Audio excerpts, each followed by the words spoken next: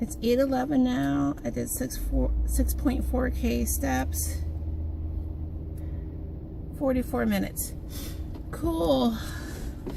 I know these aren't the cutest sunglasses ever, but they're prescription. I got them 2 years ago when I was going to get all into fitness.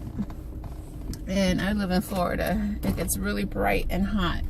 So I wanted something for working out outside. Really, you know, sun blocking. Nothing fit my face. Nothing fit my face right. Plus I have a tiny nose, barely a bridge. And those were the only ones that would work. So I got them. So they're prescription. But prescription typically doesn't change that much. And in fact, this year I got those cute cat eye gray big round ones. Those are prescription. So I got something fancy because my face is smaller and I can wear it. Isn't it awesome? There's so many things, little things that you'll gain as you lose weight that you just would write off, or just wear the ugliest, cheapest thing because, like, why even bother? And you can treat yourself with little things here and there. Treat yourself. So I've mentioned that it's been like a month or more than a month. I used to say how many keto weeks have passed.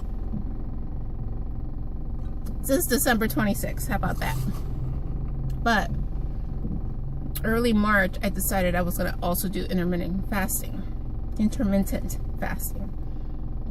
So basically what that is, you eat within an 8-hour window of the day. So it doesn't matter where, because some people work nights, some people have later days or earlier days, whatever. But a lot of people incorporate the sleep hours into the fasting time because you're sleeping and you're not eating, so it counts. So basically, you don't put anything that would trigger an insulin response into your stomach. There's debates here, there, and everywhere, but that's what I understand it to be.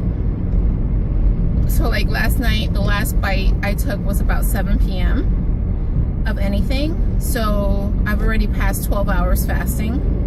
And then I probably won't eat until 1 today, later on. And that's intermittent fasting. Some people do it 7 days a week. Some people do 5 days on, 2 days off. I kind of let it go, I let it flow. I was never a big breakfast eater as an adult.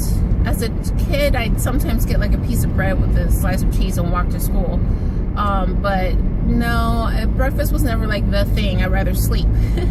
So I became a breakfast eater with my husband because he is a breakfast dude. So okay, fine. I got into eating breakfast, but it's not my natural. So as I've been listening to Dr. Berg and Dr. Mike Van, blah, blah, blah, blah, it's a long last name, but he goes by Dr. Van. And Jason Whitrock, I like to follow him. Yeah, he's a bodybuilder. I am not trying to be that. However, I like his approach. He's very motivating, and you need to plant seeds in your brain. Not that I ever aspire to be Jason Whitrock, but like, he's so cool and motivating. Why wouldn't I listen to him and plant those seeds so that, like, when I went walking on the beach just now, I trotted a lot. I'm not gonna say run. I trotted a lot. I did.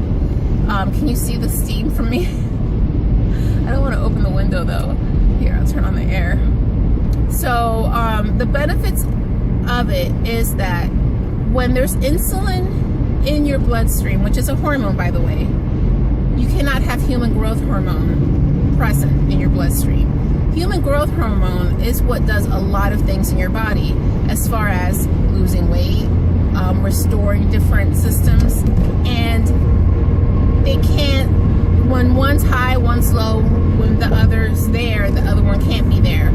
So that really makes sense to me. I am buying into the opinion that a lot of people who are overweight have a hormone problem, that the symptoms are we become dependent on food because you need to always be putting something in your body because you spike spike your insulin on the simple carb, refined sugars, and then you crash. Then you put something else in, then you crash. Then you put something else in, and you crash. And over time, depending on your system, that's what is the slippery slope on gaining weight and crashing your metabolism. It's really, really cool information. I always talk about our bodies being machines. Our bodies are machines, and if you treat it a certain way, it's going to react a certain way.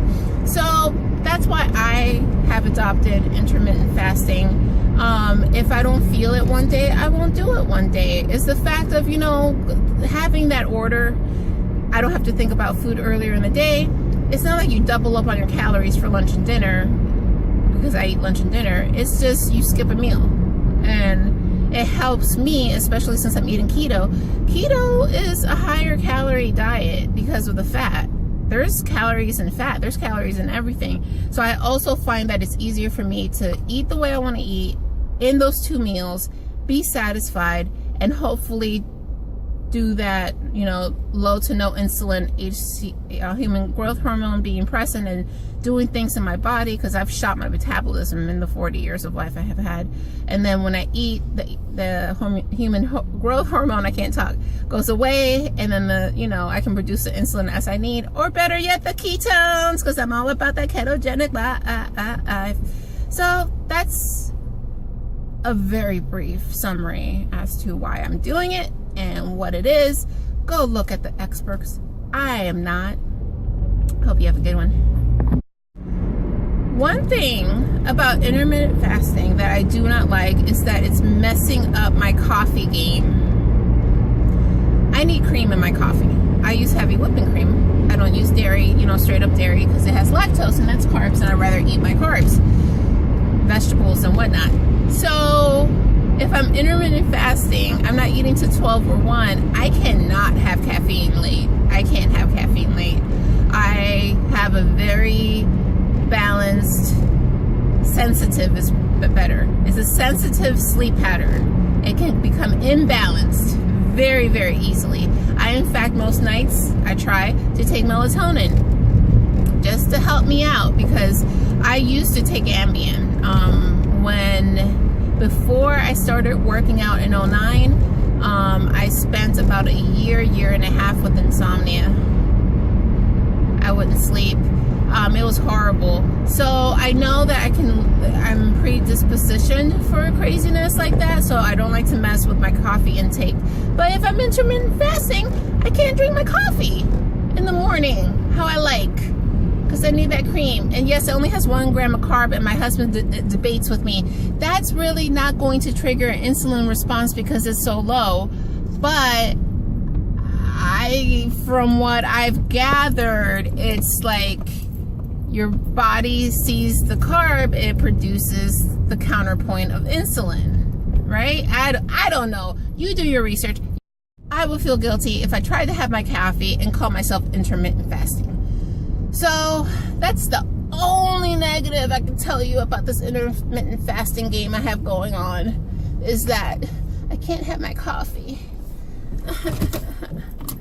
First world problems, right?